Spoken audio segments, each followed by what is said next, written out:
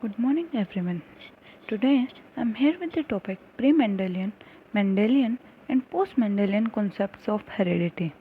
आज हम जानेंगे मेंडल्स के लॉज के बारे में जिन्होंने मेजर कंट्रीब्यूशन दिया था टुवर्ड्स जेनेटिक्स, और हम जानेंगे कि मेंडल से पहले साइंटिस्ट के क्या व्यूज़ थे regarding genetics, heredity of genes, and Mendel के बाद जो साइंटिस्ट आए उन्होंने कौन कौन से नए कॉन्सेप्ट्स दिए जिन्होंने हेरिडिटी में वेरिएशन में काफ़ी ज़्यादा कंट्रीब्यूशन किया। Myself Dayanidhi, am student of BSc Honours Agriculture, CGC Technical Campus, Jhanjheri, Mohali. My email address is dayanidhidahiya2@gmail.com. You can write useful comments and also the useful content on which I will make video in future on my email address. Thank you.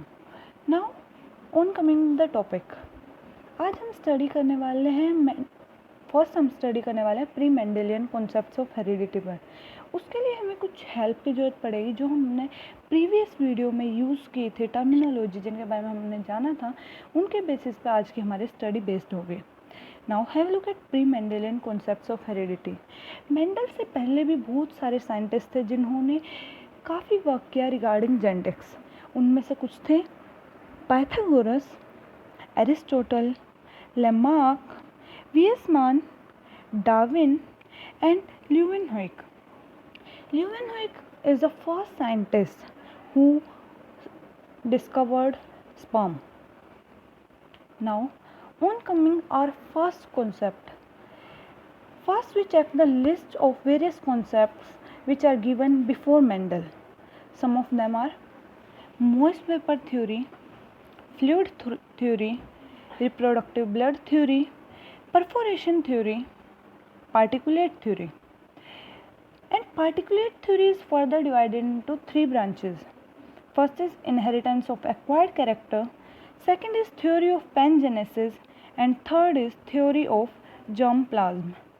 आज की video में हम सबसे पहले इन्हीं pre Mendelian concepts के बारे में स्टडी करेंगे। फर्स्ट हम स्टडी करेंगे moist vapour theory. Do anyone of you know who gave moist vapor theory? Moist vapor theory is given by Sir Pythagoras. कब दी थी उन्होंने ये थ्योरी? इन 500 BC, आज से 500 BC ईयर्स पहले। अकॉर्डिंग टू दिस थ्योरी, इस थ्योरी के हिसाब से उन्होंने क्या बोला था? During coitus each organ of body of male produce vapours which form body parts of the embryo. उन्होंने क्या बोला था? ड्यूरिंग कोइटस मेल की बॉडी का हर ऑर्गन वेपर्स बनाता है जो कि एम्ब्रियो के डिफरेंट बॉडी पार्ट्स को फॉर्म करता है।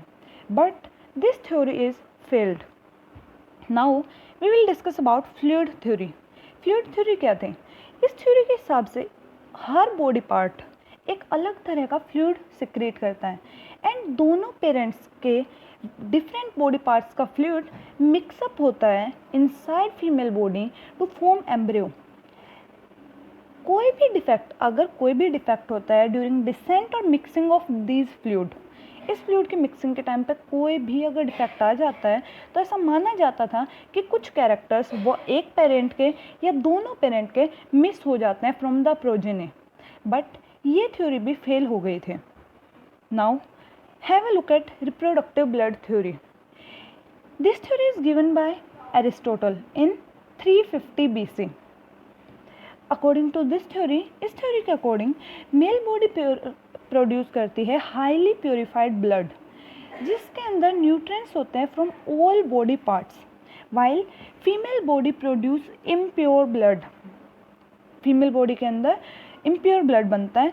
दोनों ब्लड कोएगुलेट करते हैं inside female body to form embryo. Due to purity of blood of male, the contribution of characters from male is more than that of female. Now have a look at perforation theory. Perforation theory ने क्या बोला था? इस theory के according जो हमारे sperms and eggs होते हैं उनके अंदर ह्यूमन बीइंग या कोई भी ऑर्गेनिज्म मिनिएचर फॉर्म में पहले से ही प्रेजेंट होता है। जिसे इन्होंने होमोन्यूक्लियस का नाम दिया था। इस थ्योरी के हिसाब से फर्टिलाइजेशन की जरूरत सिर्फ और सिर्फ ग्रोथ को रेगुलेट करने के लिए की जाती है। स्पर्म्स को फर्स्ट ऑब्जर्व किया था सर ल्यूवेनहोइक ने। Now have a look at particulate theory. Particulate theory क्या थी?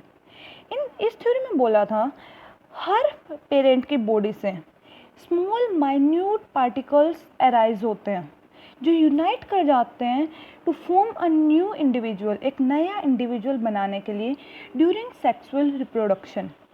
और कुछ केसेस में मेल पेरेंट के पार्टिकल डोमिनेट कर जाते हैं फीमेल पेरेंट से। In that case male progeny is produce, उस केस के अंदर मेल प्रोजेनी बनता है। Now we will discuss about inheritance of acquired characters. According to inheritance of acquired characters, ये थ्योरी दी किन्होंने थी? ये दी थी सर लेमार्क ने, जिनका टाइम पीरियड था फ्रॉम 1744 टू 1829। इस थ्योरी के अकॉर्डिंग जो मॉडिफिकेशंस एक ऑर्गेनिज्म एक्वायर करता है, एडप्ट करता है ड्यू टू एनवायरमेंटल चेंजेस, और जो उसकी लाइफ को मीट करने के लिए असेंशियल हो जाते हैं, वो अपने आने वाली जनरेशन्स को हैंड डाउन कर देता है and become a part of heredity. यानी कि जो हम अपनी बॉडी में मॉडिफिकेशंस करते हैं टाइम के साथ, वो हमारी फ्यूचर जनरेशन्स में इनहेरिट हो जाते हैं। Now have a look at theory of pangenesis. According to this theory, heredity is controlled by minute particles which come from all parts of body of reproductive organs। इन्होंने क्या बोला था कि minute particle बनते हैं रिप्रोडक्टिव ऑर्गन्स के अंदर जो कि हेरिडिटी को कंट्रोल करते हैं। The particles combine in embryo and multiply there. Embryo के अंदर वो पार्टिकल कंबाइन करते हैं और डिवाइड करते हैं further. These certain particles dominate over other, ये बाकी पार्टिकल्स के ऊपर डोमिनेट करते हैं। उसी वजह से बच्चा एक पेरेंट से ज़्यादा रिसेंबल करता है as compare to other. Now have look at theory of germ plasm. Theory of germ plasm दी थी सर वेसमान ने, जिनका वर्क पीरियड था फ्रॉम 1835 टू 1934। इनकी थ्योरी के हिसाब से inheritance of multi cellular organism takes place by means of germ cells. इन्होंने फर्स्ट ऐसे थ्योरी दी थी जो आज तक एक्सेप्टेबल है। इन्होंने बोला था इनहेरिटेंस किसी भी मल्टी सेलुलर ऑर्गेनिज्म में जर्म सेल के थ्रू होते हैं, जर्म सेल जैसे कि eggs and sperms. Now have a look eight Mendelian concepts of heredity. This is a main topic. Mendel ने कुछ ऐसे कॉन्सेप्ट्स दिए थे जिन्होंने हमारी हेरिडिटी, इनहेरिटेंस, इन सब टॉपिक्स को बिल्कुल बदल कर रख दिया। हमारे point of thinking, point of view को बिल्कुल चेंज कर दिया। इन्होंने मेजर लॉज दिए थे जिनके बेसिस पे आज की जेनेटिक्स निर्भर करती है। Now who is sir Grigor John Mendel? Do anyone of you no sir Grigor John Mendel? Yes, I am talking about father of modern genetics who studied on the P plant. इनका main work था P plant पे। इन्होंने law of inheritance develop किया था। Law of inheritance कौन कौन से थे, क्या आप सब जानते हैं? These are law of dominance, law of independent assortment and law of segregation. Mendel का वर्क 20th सेंचुरी तक रिकॉग्नाइज नहीं था। इनके वर्क को रिकॉग्नाइज कराने के लिए 3 और साइंटिस्ट ने काम किया था, जिनके बारे में हम आगे की वीडियोज़ में जानेंगे। मेंडल ने टर्म फैक्टर दी थी उस मटेरियल के लिए जिसके थ्रू हमारा जेनेटिक मटेरियल पास ऑन होता है। Now have a look at some genetic crosses. 2 type की क्रॉस पाई जाते हैं। First is monohybrid cross and second is dihybrid cross. Monohybrid cross जिसके अंदर हम सिर्फ एक सिंगल ट्रेट की क्रॉसिंग कराते हैं, एंड डाईहाइब्रिड क्रॉस जिसके अंदर हम 2 ट्रेट्स की क्रॉसिंग कराते हैं। देयर में also of many other types of crosses like try-hybrid cross, जिसमें हम 3 या 3 से ज़्यादा अपने कैरेक्टर्स को क्रॉस करा सकते हैं। उनके एग्जाम्पल्स भी अलग अलग होते हैं, जैसे कि मोनोहाइब्रिड क्रॉस में हम स्टेम हाइट ले सकते हैं, डाईहाइब्रिड के केस में एक और कैरेक्टर को हम ऐड ऑन कर सकते हैं। Now have a look eight Punnett square. Punnett square होता क्या है? पुनेट स्क्वायर एक स्क्वायर फॉर्म है जो कि सर पुनेट ने दिया था टू सोल्व प्रॉब्लम्स ऑफ जेंटेक्स। जेंटेक्स की प्रॉब्लम थी कि उसके अंदर हमें रेशियो निकालनी होती थी कि कौन सा पेरेंट डोमिनेंट है, कौन सा रिसेसिव है, उसके लिए हमें एक रेशियो की ज़रूरत होती थी। उसको सोल्व करने के लिए सर ने एक पुनेट स्क्वायर दिया था। इसके लिए हम एलील्स ऑफ वन पेरेंट्स को राइट करते हैं on one side of square and that of other parents on other side. For example, have a look at this example. Parent 1 is of tall with genotype capital T and small t, and parent 2 is of dwarf with genotype small t and small t. Now have a look at Punnett square. We write alleles of one parents on the one side and alleles of the parent 2 on other side, and then cross that. Like capital T and small t unite to form capital T small t, and small t and small t unite to form double small t. Same ये काम हम आगे की monohybrid and dihybrid and trihybrid cross also उनके केस में करते हैं। Now we will discuss about Mendel's pea plant experiment. Mendel का, जैसे हमने पहले भी जाना कि मेंडल का मेजर एक्सपेरिमेंट था वो पी प्लांट पे था। उन्होंने पी प्लांट पे वर्क किया था। उन्होंने पी प्लांट को ही क्यों सिलेक्ट किया? क्या आप में से कोई जानता है पी प्लांट ही क्यों सिलेक्ट किया? और भी बहुत सारे प्लांट्स होते हैं, और उन्होंने कैसे किया? पी तो एक सेल्फ पॉलिनेट होने वाला पौधा है। एक सेल्फ पॉलिनेट होने वाले पौधे को ही उन्होंने क्यों सिलेक्ट किया? रीज़न था सेल्फ पॉलिनेट होने वाला पौधा एक प्योर लाइन बनाता है। प्योर लाइन होती है जिसके अंदर हमें कैरेक्टर्स बिल्कुल प्योर मिले। Now have a look at this picture. Why peas? हमारा क्वेश्चन है कि मटर ही क्यों, पी ही क्यों, पाइसम सेटाइवम ही क्यों? उसके लिए बहुत सारे रीजंस थे। Some of them is P has many distinct alternative traits. P के पास बहुत सारे ऐसे कैरेक्टर्स हैं, बहुत सारे ऐसे ट्रेट्स हैं जो कि ऑल्टरनेट डिफरेंसेस शो करते हैं, like tall and dwarf stem height, green and yellow seed colour, violet and white flower colour. Alternate traits हैं। It produce large number of seeds. ये लार्ज नंबर ऑफ सीड्स बनाता है। Now have a look at 7 P plant traits जिन पर हमारे sir Mendel ने काम किया था। First is seed colour, second is seed shape, third is flower colour, fourth pod shape, fifth pond colour, sixth flower position and seventh stem height. Now we will discuss about dominant and recessive traits. For seed shape, round is the dominant trait and wrinkled is the recessive trait. And for seed color, yellow is dominant trait and green is recessive trait. Other colors and other dominant and recessive traits are also given in the list. You can look there. Now we will discuss about monohybrid cross. Monohybrid cross होती क्या है? जैसा कि हमने पहले भी जाना था, मोनोहाइब्रिड क्रॉस होती हैं वो क्रॉस जिनमें हम सिर्फ एक कैरेक्टर को लेके चलते हैं. जैसे कि हम ले सकते हैं स्टेम हाइट या सीड शेप, सीड कलर. किसी भी एक कैरेक्टर को लेके जब हम क्रॉसिंग ओवर कराते हैं, that is monohybrid cross. Monohybrid cross का यूज़ करते हैं हम law of dominance and law of segregation को एक्सप्लेन करने के लिए. Now have a look eight monohybrid cross. यहाँ हम सिलेक्ट कर रहे हैं फॉर एग्जांपल सीड शेप को. सीड शेप दो तरह के हो सकते हैं, आइदर राउंड और wrinkled. Round is of dominant type and wrinkled is of recessive type. So round seeded को हम दिखाएंगे डबल कैपिटल आर से एंड रिंकल्ड सीडेड को हम दिखाएंगे डबल स्मॉल आर से. जैसा कि हम देख रहे हैं on fertilisation F1 generation is get. F1 generation हमें मिलती है. F1 जनरेशन में हम क्या ऑब्जर्व करते हैं? F1 जनरेशन में सभी जो प्रोजेनी मिलते हैं हमें वो राउंड सीडेड है. उसका रीज़न क्या था? रीज़न था डोमिनेंस. जो कैपिटल आर था, राउंड सीडेड प्लांट था, वो डोमिनेंट टाइप का था.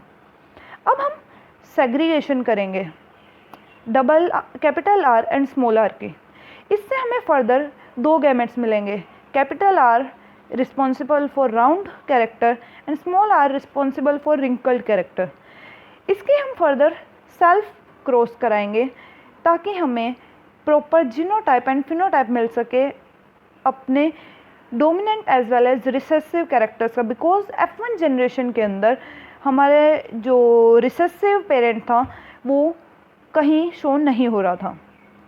Now have a look at test cross. Test cross का क्यों यूज़ किया जाता है और टेस्ट क्रॉस होती है? टेस्ट क्रॉस का यूज़ किया जाता है हेटेरोजाइगोसिटी को चेक करने के लिए। हेटेरोजाइगोसिटी क्या होती है? हेटेरोजाइगोसिटी वो कंडीशन है जब एक जो हमारा प्रोजेनी है उसके अंदर दोनों एलील्स डिफरेंट टाइप के हैं, like capital R and small r for round shaded.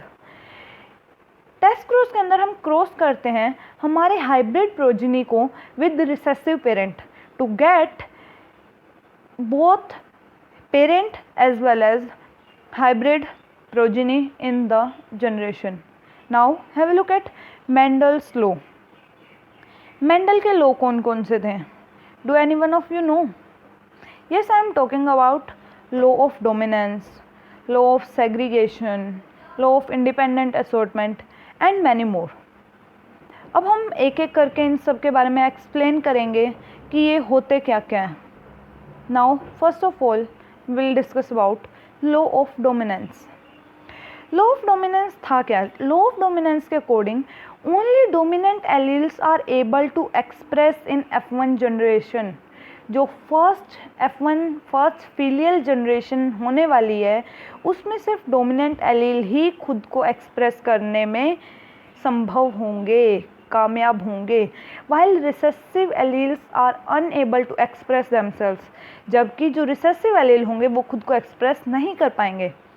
All the organism will be heterozygous, जो सारे एलील्स होंगे वो हेट्रोजाइगस होंगे and express only dominant trait, यानी कि F1 जनरेशन में हमें जितने भी ऑर्गेनिज्म मिलेंगे वो हेट्रोजाइगस टाइप के होंगे और डोमिनेंट एलील ही खुद को एक्सप्रेस करने में कामयाब होगा। Now we will discuss about second law of Mendel, that is law of segregation. According to law of segregation, during formation of gametes, the two alleles responsible for trait separate from each other. Gamete formation के time पे क्या होता है, जो हमारे दोनों allele होते हैं वो सेपरेट आउट हो जाते हैं to form 2 different gametes and these alleles recombined at the time of fertilisation, फिर से रिकम्बाइन कर जाते हैं फर्टिलाइजेशन के टाइम पे for producing genotype of a trait, किसी भी ट्रेट का जीनोटाइप बनाने के लिए। एग्जाम्पल के लिए हम मोनोहाइब्रिड क्रॉस का ही एग्जाम्पल लेते हैं। Example capital R and small r. After segregation, these divide into 2 gametes. First is capital R and second is small r. Now, on self-pollinating these 2 gametes, we will get 3 different types of genotypes. First is capital R, second is capital R, small r, and third is small r. Now, have a look at phenotypic and genotypic ratio. Phenotypic ratio for this cross is 3:1. That means जो हमारे 2 different type के alleles थे उन्होंने हमें same ratio the. Now have a look eight law of independent assortment. Law of independent assortment क्या था? इस law ने बोला था जब हम हमारी बॉडी के अंदर, किसी भी प्लांट की बॉडी के अंदर या एनिमल की बॉडी के अंदर 2 अलग अलग ट्रेट एक साथ इनहेरिट होते हैं तो एक की इनहेरिशन दूसरे की इनहेरिशन से बिल्कुल इंडिपेंडेंट होती है, यानी कि एक ट्रेट का इनहेरिट होने का प्रोसेस दूसरे के इनहेरिशन के प्रोसेस पे डिपेंड नहीं करेगा। For explaining this we have to deal with dihybrid cross. Dihybrid cross is breeding experiment that tracks the inheritance of 2 traits, जिसके अंदर हम 2 ट्रेट्स की बात करेंगे। This is used to give the law of independent assortment. And law of independent assortment क्या था? जैसा कि मैंने अभी एक्सप्लेन किया, each pair of alleles segregate independently during gamete formation. gamete formation के टाइम पे दोनों alleles independently segregate हो जाएंगे. And there is a formula to calculate type of gametes, that is 2 to the power n. Now have a look at dihybrid cross. Now we will talk parent 1 and parent 2. Parent 1 is round and yellow seeded, while parent 2 is wrinkled and green seeded. Now we will fertilize them by using cross pollination method. Now due to segregation we get capital R and capital Y is gamete type 1 and small r and small y gamete type 2. These combine to form capital R, small r, capital Y and small y, that is all F1 progeny are round and yellow seeded. Now have a look at law of independent assortment.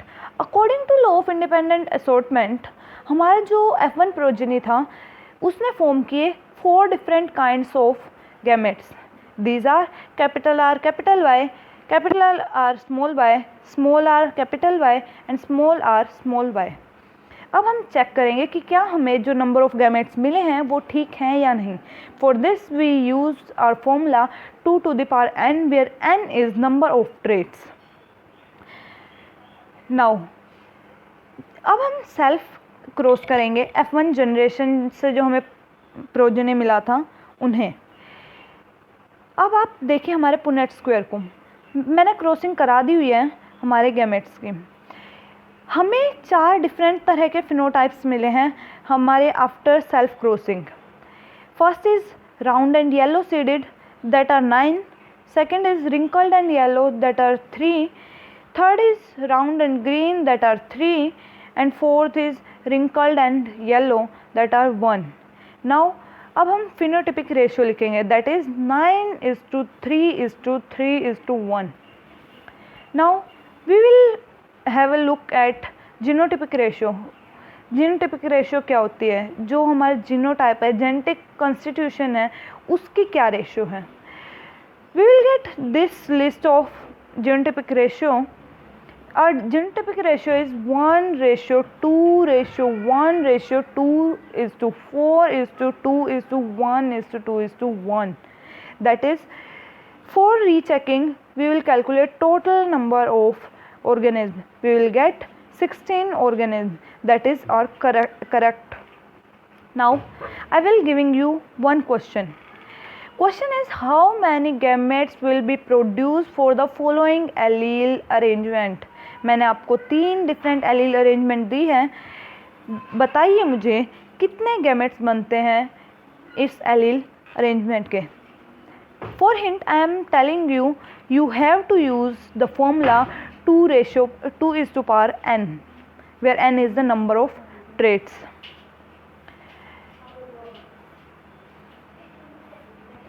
Now have a look at post Mendelian concepts of heredity. हमने Mendel's के सभी concept को जान लिया है कि उन्होंने कौन कौन से हमें लॉज दिए. उन्होंने लॉ ऑफ वो दिया, डोमिनेंस दिया, जिसके हिसाब से सिर्फ डोमिनेंट कैरेक्टर ही खुद को एक्सप्रेस करने में समर्थ था. उन्होंने लॉ ऑफ सेग्रीगेशन दिया. According to that gamete segregate out हो जाते हैं, एलील सेग्रीगेट आउट हो जाते हैं at the time of gamete formation. And third is law of independent assortment दिया. अब हम जानेंगे कि उनके बाद आने वाले साइंटिस्ट का क्या कंट्रीब्यूशन था टूवर्ड्स जेनेटिक्स. कुछ और भी साइंटिस्ट थे जिन्होंने काफ़ी काम किया. Some of them are De Vries, Correns and Teschmark. The basic principle of heredity are initially discovered by Mendel in 1866. जैसा कि हम सब जानते हैं हेरिडिटी के जो बेसिक प्रिंसिपल्स थे जिनको हम अभी स्टडी करके आए हैं वो सर मेंडल ने दिए थे इन 1866. उन्हीं प्रिंसिपल्स को रीडिस्कवर किया था साइंटिस्ट ने De Vries, Corren एंड टेशमार्क ने इन 1900. These new concepts were different from the findings of Mendel. इन्होंने जो नए कॉन्सेप्ट दिए वो कुछ अलग थे मेंडल से. वो कौन कौन से थे? These are incomplete dominance, codominance, multiple alleles, linkage, lethal gene, gene interaction, pleiotropic gene effect, polygene, environmental effect, and cytoplasmic effect. Now we will discuss about these one by one. First of all, we will discuss about incomplete dominance. What do you mean by incomplete dominance? Incomplete dominance क्या होता है? Dominance तो हमने पढ़ लिया कि एक dominant character होता है जो खुद को एक्सप्रेस करने में कैपेबल होता है. इनकम्प्लीट डोमिनेंस होते हैं कि बहुत केसेस में हम ऐसा देखेंगे कि जब हम क्रॉसिंग ओवर कराते हैं तो जो हमें फिनोटाइप मिलता है वो दोनों पेरेंट्स के फिनोटाइप के समवट इन बिटवीन लाई करता है, उनके बीच में लाई करता है. हमें एक्यूरेट डोमिनेंट और रिसेसिव पेरेंट जैसा फिनोटाइप नहीं मिलता. फॉर एग्जांपल, हम एग्जांपल ले रहे हैं, स्नैपड्रैगन एक फ्लावर प्लांट है जिसका अनदर नेम है dog flower and scientific name है एंटीरायम मैजूस. इसके दो तरह के फ्लावर कलर हम देखते हैं. जो डोमिनेंट टाइप है दैट इज़ रेड एंड जो रिसेसिव टाइप है वाइट. लेकिन जब हम इनकी क्रॉसिंग कराते हैं, क्रॉसिंग में जो हमें हमारी F1 जनरेशन मिलती है that is capital R and small r from red and white parents, but we will see that phenotype of F1 generation is pink. यानी कि जो हमें F1 जनरेशन मिल रही है उसमें सारे प्रोजेनी वो पिंक हैं. यानी कि हम क्या कह रहे हैं कि जो हमें प्रोजेनी मिला उसके अंदर डोमिनेंट कंप्लीटली डोमिनेट नहीं कर पाया, रिसेसिव के ऊपर डोमिनेट नहीं कर पाया, वो इनकम्प्लीट डोमिनेंस का एग्जाम्पल है. Now we will discuss about codominance. Codominance क्या होता है? जब दोनों में से कोई भी प्योरली डोमिनेंट नहीं हो, दोनों एलील्स में से neither parent 1 nor parent 2 is of dominant type. इसका कुछ केस है ब्लड टाइप का. जैसे कि हम जानते हैं हमारे ह्यूमन बींग्स के अंदर 4 डिफरेंट टाइप्स के ब्लड टाइप पाए जाते हैं. Blood type A, B, AB and O. Now 2 type of alleles expressed in heterozygous individual. दोनों तरह के ही एलील एक्सप्रेस हो जाएंगे हमारे इंडिविजुअल के अंदर. लाइक ब्लड ग्रुप A के अंदर I की पावर A एंड I की पावर A और I की पावर O भी हो सकता है. Now I am giving you one more question. Question is, if a boy has a blood type O, एक लड़का है जिसका blood type O है, and his sister has blood type AB, उसके सिस्टर का जो blood type है वो AB टाइप का है. What are the genotypes and phenotypes of their parents? उनके जो पेरेंट्स होंगे उनका जीनोटाइप और फिनोटाइप क्या होगा? मैं आपको हिंट देना चाहूँगी. इस क्वेश्चन का आंसर हमें हमारे पिछले कॉन्सेप्ट से मिलेगा दैट इज़ कोडोमिनेंस.